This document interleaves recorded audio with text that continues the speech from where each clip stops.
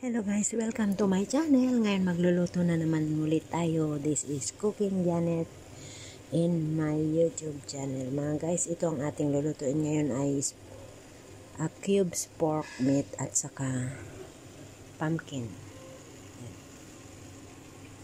Steam lang ito mga guys. Very simple yet yummy.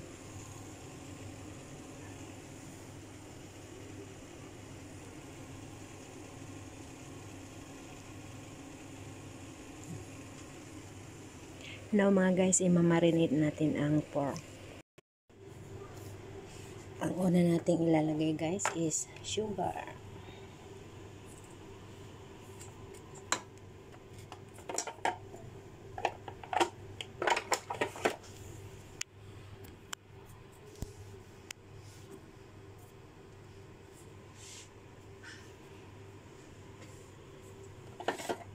Ito, cornstarch.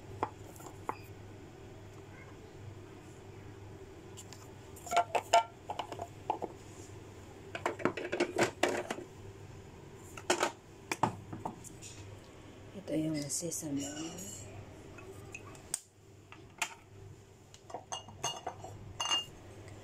Light soy sauce.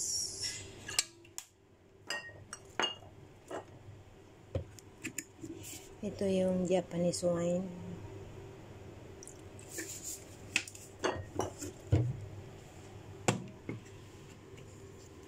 And then a little bit of seasoning sauce.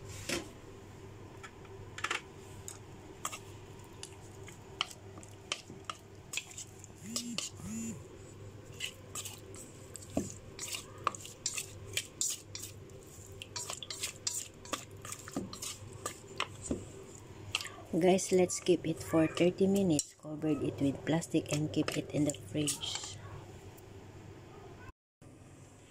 Now guys, as you can see, I cut the pumpkin in this size and then spread it all over the plate. And then our pork is this.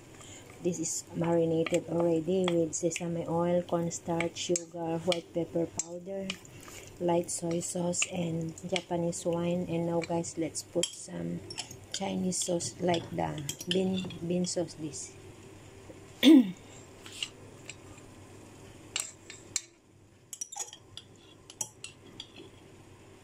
ito yung bean sauce.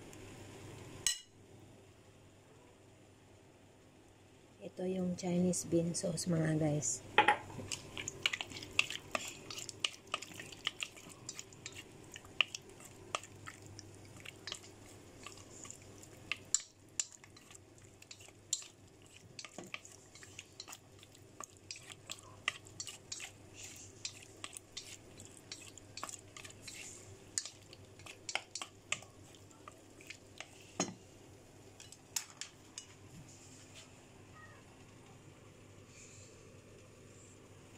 Tapos ilalagay natin sa ibabaw ng pumpkin. Tapos i-steam natin siya ng 25 minutes.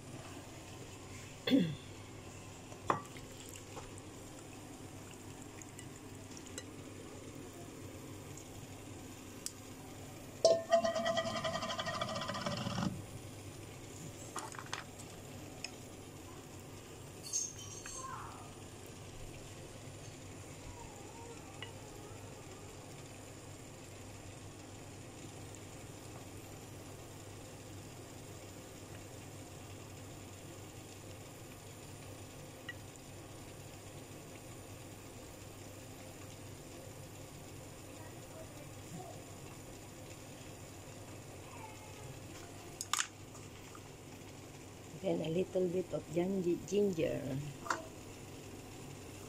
Sprinkle on top of it to have a good and great smell. Okay guys, let's steam the fish. Let's steam the pork.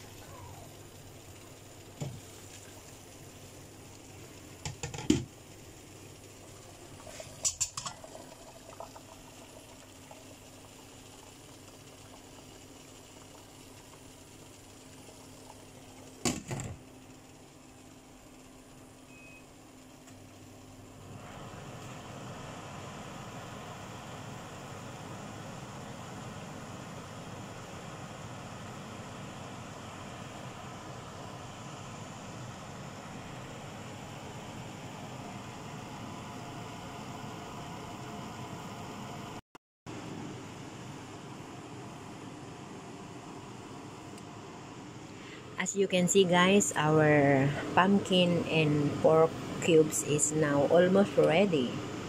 This is supposed to be 25 minutes so that it is well done. The pork must cook properly. And the other one is a steam fish. This kind of fish I already have this video on how to cook this kind of cod fish. This kind of fish is very delicious, very nice, very oily, but that oil is good oil. It is rich in omega, just like the salmon. So as you can see guys, today 2 steaming food is on the way before dinner.